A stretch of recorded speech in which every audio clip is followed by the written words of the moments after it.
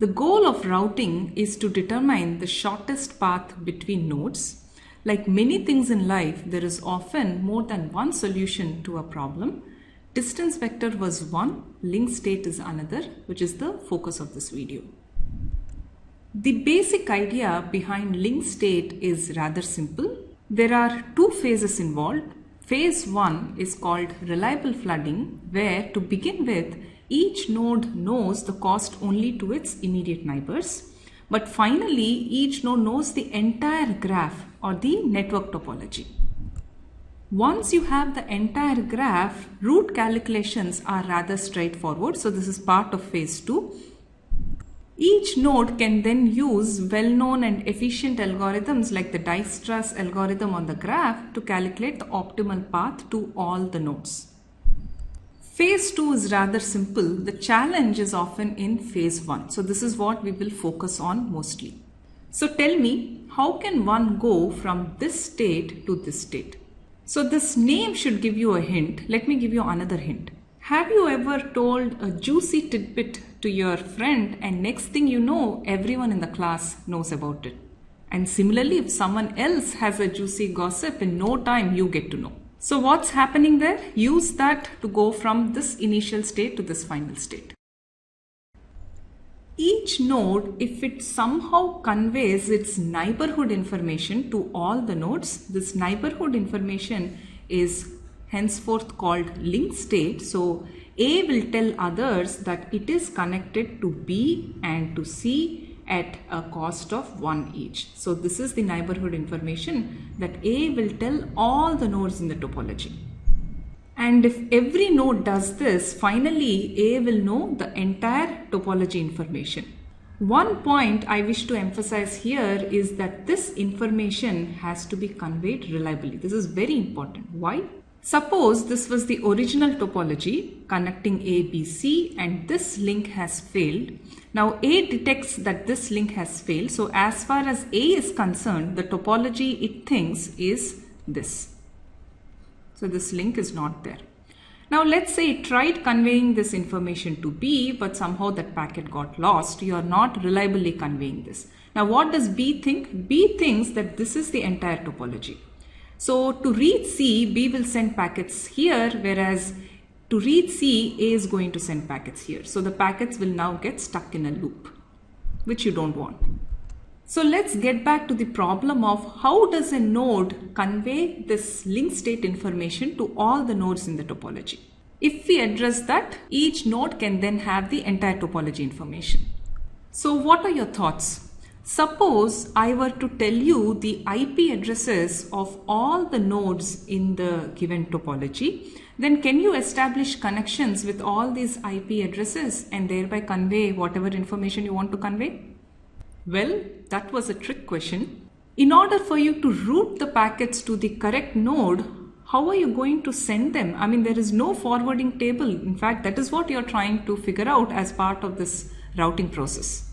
In reality also, a given node often does not know what are all the other nodes as part of the topology. So how to solve this problem? The flooding is what is employed. Simple idea, you tell your neighbors the information you want to send and ask them to pass it on to their neighbors, so on and so forth. Finally, everyone will get to know. So here it is. A has some information to send, so it sends it to its neighbors B and C. C, on receiving this information, since it received on this interface, it doesn't make sense for it to send it back to that particular neighbor. It forwards it to its other neighbor, which is B. Similarly, B, when it receives this packet, it is going to forward it to C. Now, if your logic is dumb, what C can do is once it receives a packet from B, it may think, okay, this has come here, so let me forward it in this direction. And similarly, when B received a packet from C, since it came on this link, it can forward it on the other link. And now the process is kind of going to repeat and these packets are stuck in a loop. So flooding has to be done with lot more care. If you thought flooding was rather straightforward, the next few slides will dispel this notion. Often when you implement, things turn out to be a lot more complicated than the basic idea. So we are going to focus on how to implement flooding reliably, what features should this flooding approach have, and in this process you will see certain problems and how to address those particular problems. As I mentioned earlier, reliability is very important when you convey this information. So when A sends a packet to C, it has to ensure that this packet has reached C reliably. And we have already seen enough reliable protocols, so there are mechanisms to achieve reliability. So I won't get into more details there. We already saw the looping problem before. We need to avoid that, but more importantly, we need to minimize the number of messages exchanged to achieve flooding. Ideally, if this were the topology, on each link you just want one message to go. This may not always be feasible, but that is what we will like to achieve. So how would you avoid this looping problem? Think of a solution.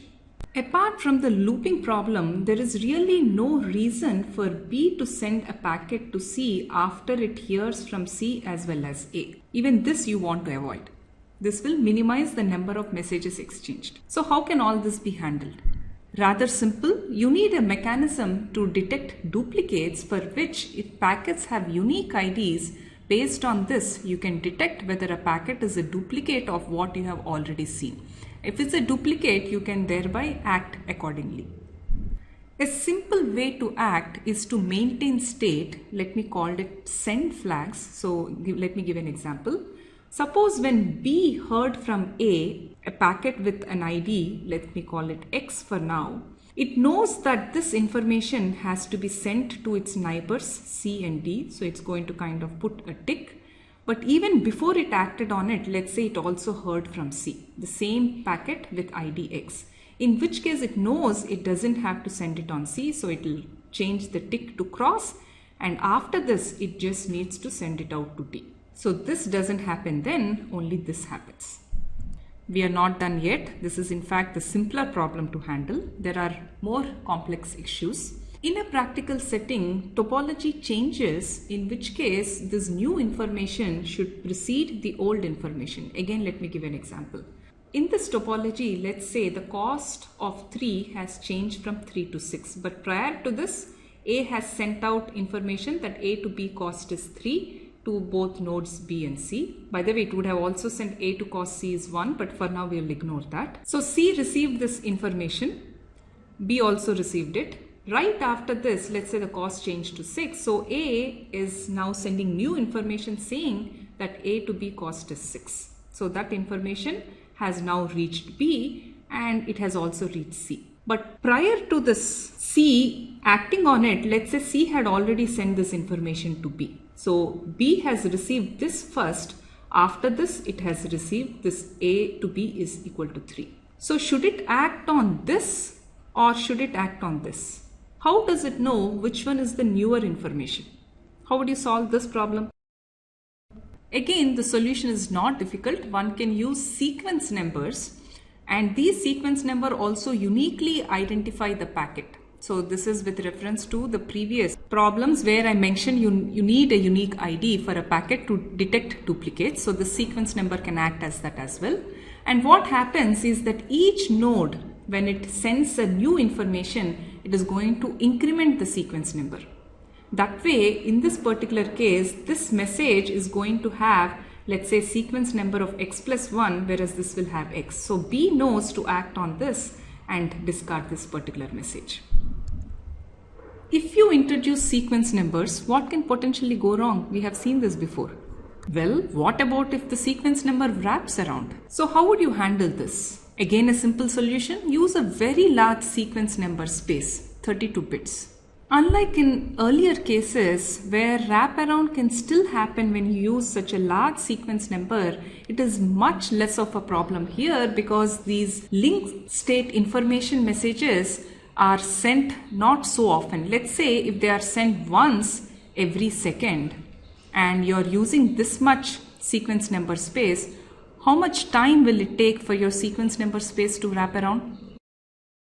Basically 2 to the power of 32 seconds, and if you do the calculation, this turns out to be roughly of the order of 136 years. This router will likely die before hitting wraparound.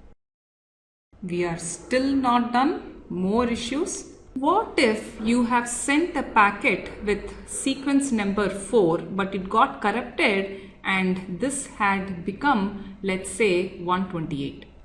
What problems can it cause? Quite a few problems. Let's look at it from the perspective of a node A. So the node A received the sequence number. So it stored the information, some linked state information specific to this particular sequence number. But this is a corrupted sequence number. Now the source, the original generator of this linked state information, now has sent another message with sequence number 5. And now when this comes to this node A, what will it do with this new sequence number 5? Will it accept it or will it discard it?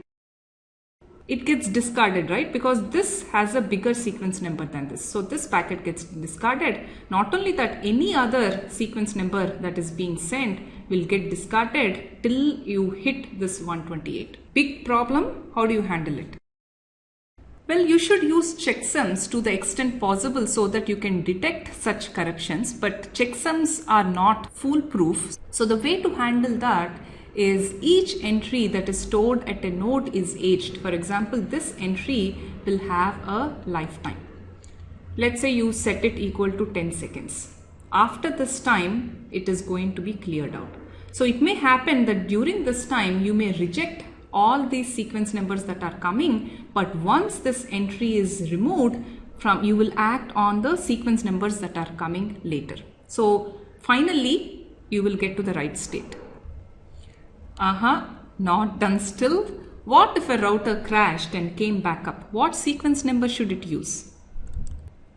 Now you know why network researchers are in business. Lot of subtle issues. When a router crashed and came up, it will have absolutely no idea on what sequence number it stopped at. So for all practical purposes, you might as well start with any sequence number, in which case you might as well start with sequence number 0, and that is what it does. Naturally, if it starts with a sequence number 0, the older information that it sent may still be in the network topology, in which case nodes may not act on this newer sequence number 0.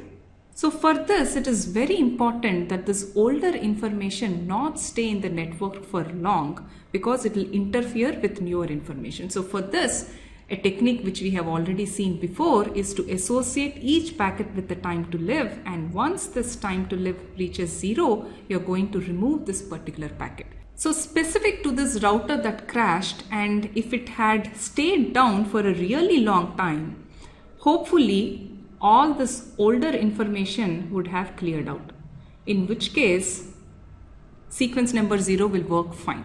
But if this router crashed and came back up immediately, then this older information, there's a good chance that it is going to stay in the particular network, in which case it will get discarded after some time, based on which this particular sequence number will come into action. One optimization this node can potentially do is, if this node were to hear its own packet, this corresponding to this older information, it can look at the sequence number and it can increment the sequence number within this packet and reuse it. So in other words, it starts out with 0, but if it were to hear some old information of itself, it is going to look at the sequence number and it will increment that sequence number and start using this. Now we are done.